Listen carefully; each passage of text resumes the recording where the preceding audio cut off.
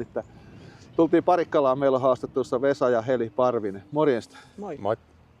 Taustalla on melko uutta pihattoa, niin kerrotteko vähän tarinaa sen taustalla? Taustalla on vuonna 2024 rakennettu 96-paikkainen hiehopihatto. Uusi pihatto rakennettu entisen tulipalossa tuhoutuneen tilalle.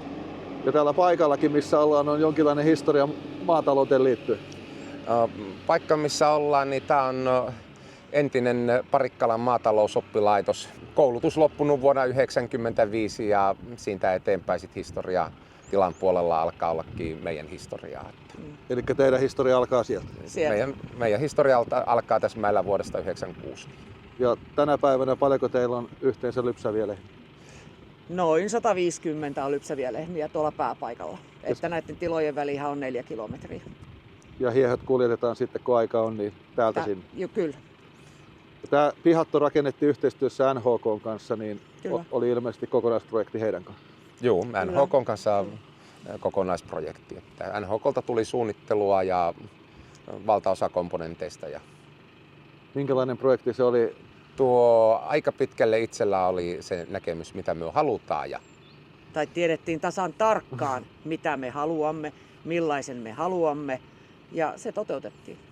Ja nyt taustalla seisoo todella tyylikäs pihatto. 2,5 vuotta menty, niin minkälaiset kokemukset? Onko se ollut sellainen, mitä haluttiin? Tämä on juuri sellainen, mitä haluttiin. Eli toimii? Toimii erittäin helppohoitoinen, eläimet tykkää olla, viihtyy, todella hyvä. NHK on teille tuttu. Muutenkin teillä on lely vahvasti sitten tuolla Kyllä, ja pääpaikassa. meidän päänavetta, robottinavetta on NHK Roporan. Miten yhteistyö on sitten NHK:n kanssa sujunut? Näiden vuosien varrella Niin. vaihtelevasti. Lopputulema erittäin hyvin. Kun tarvii apua, niin jälkimarkkinointi kautta siis tekninen tuki ja nämä pelaa. Kyllä pelaa. Se on kuitenkin tärkeä näillä aloilla. On. Että silloin kun apua tarvitaan, niin se on tultava Kyllä. riittävän nopeasti. Kyllä. Paljonko tässä on neliöitä tässä teidän uudessa? Tässä on pyöreästi 1004. Kauanko kestää, että hieho rupeaa lypsämään? Eli kauanko ne on tässä aina per hieho? Tähän tulee keskimäärin 4 kuukauden iässä ja poistuu tuolla 23 kuukauden iässä.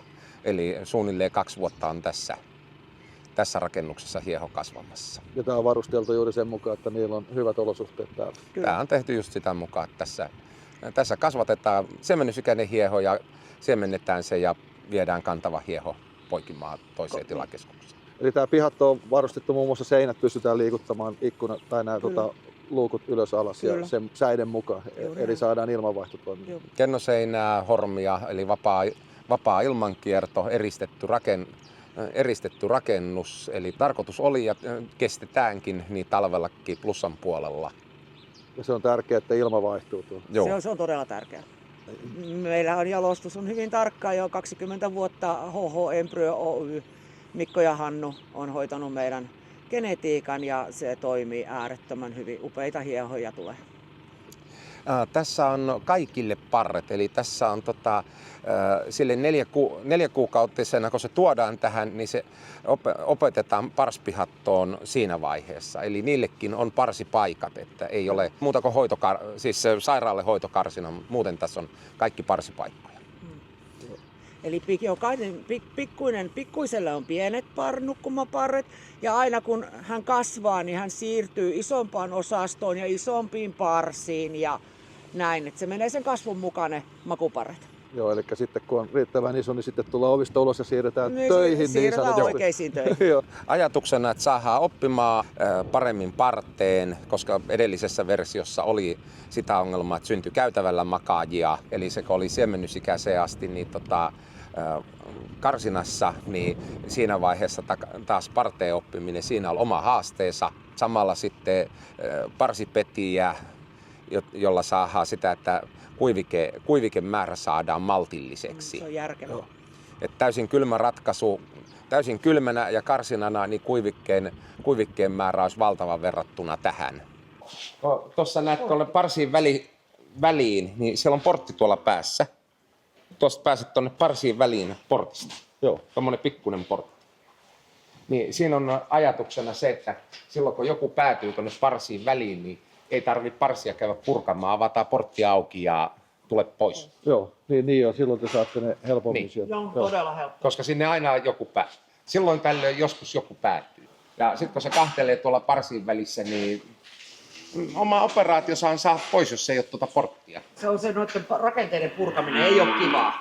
Se on tuossa Sirviön kanssa suunniteltu tuo portti noihin välikkeisiin. Me haluttiin nuo portit ja ei niitä niinku... Niin se ei ole yleinen tapa. Se ei ollut yleinen tapa vielä, mutta nyt rupeaa olemaan. En tiedä, miten monelle muulle ei ole tullut mieleen tai tarjottu, että hei, tuohon portti. Eli maatalous on aika vahvasti kovaa suunnittelua ja myös matematiikkaa. Joo. Se matematiikka on ykkönen. Ja Vesa ilmeisesti on matematiikko, niin kuin äsken puhuttiin. Hän on niin matemaatikko. numerot on hallussa. Kyllä, numerot on hallussa. On pakko olla. Näkyykö se myös sitten määrissä, mitä te tuotatte ja ollaanko niin kuin siellä tavoitteissa? Kaikessa näkyy, kyllä. Et maatalous on paljon muutakin kuin pelkästään tuolla navetassa kautta pihatossa työn tekemistä. Voi, se on tosi paljon enemmän. Oltiin hyvin ollaan kohtuullisessa ja hyvin tavoitteisiin oltiin menossa ennen tulipaloa. Sitten tämä kuvio taas sotki kaiken ja nyt sieltä taas yritetään räpistellä ylös. No ollaan melkein normaalissa, että se tulipalo vei meiltä 73 uudishiehoa. Joo.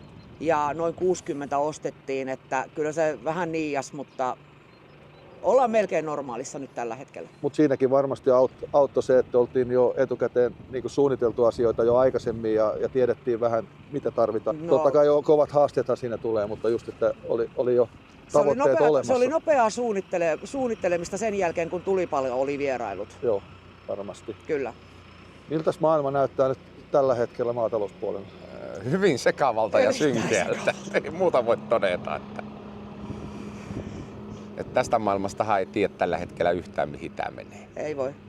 Ei, mutta tärkeää työtä teette sen eteen, että meillä Suomessa on maitoa ja leipää pöydässä, niin maatalous on kyllä todella tärkeä siinä. No mutta miten ihmiset saadaan se ymmärtämään? Se onkin se tehtävä ja toivottavasti nämä videot myös auttaa sitä, että ostakaa maitoa ja syökää leipää. Ja kyllä. Suomalaisia tuotteita, niin kyllä se on iso juttu tällä hetkellä ja sen arvo kasvaa vaan koko ajan. Tai ymmärrys sen arvosta kasvaa koko ajan. Niinpä. Me kiitetään haastattelusta ja toivotetaan teille hyvää kevään jatkoa. Kiitos. Kiitoksia.